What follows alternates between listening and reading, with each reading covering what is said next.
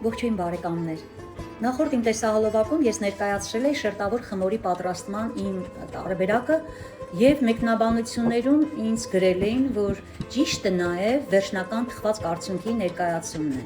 Եվ ես այսօր արդեն ներկայացնում եմ այս նույն խմորից պատրաստած գաթա երկու տարբեր կտրվածքներով եւ նաեւ կատնաշոռային կարկանդակ։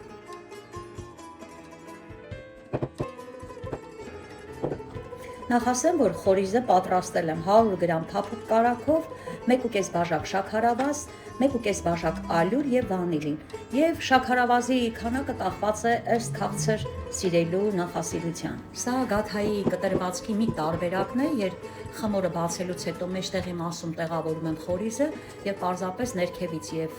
վերևի մասից խմորով ծածկում եմ եւ շեղանկյուն կտրատելով ստանում գաթայի ձև։ Իսկ մյուս տարբերակով կարծում եմ բոլորդ եք անում, խմորը բացում եմ, ամբողջ մակերեսին տարածում եմ խորիզը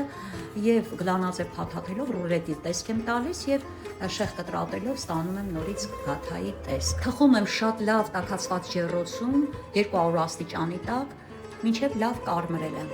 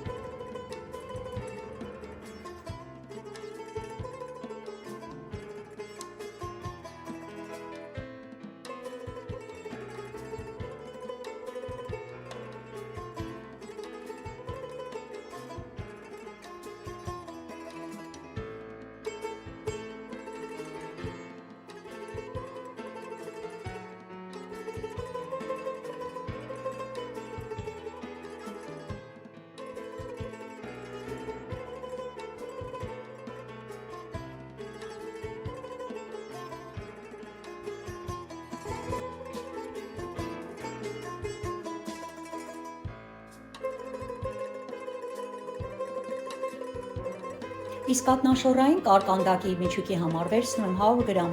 քերած պանիր, կատնաշոռ 200 գրամ, 1 ձվի սպիտակուցը, որի դեղնուցը պատելու եմ խմորեղենի մակերեսը եւ մանր կտրատած սամի, 1 թեյի գդալ կարմիր պղպեղ։ Բարի ախորժակ, խաղաղ եւ ներդաշնակ տրամադրություն բոլորին։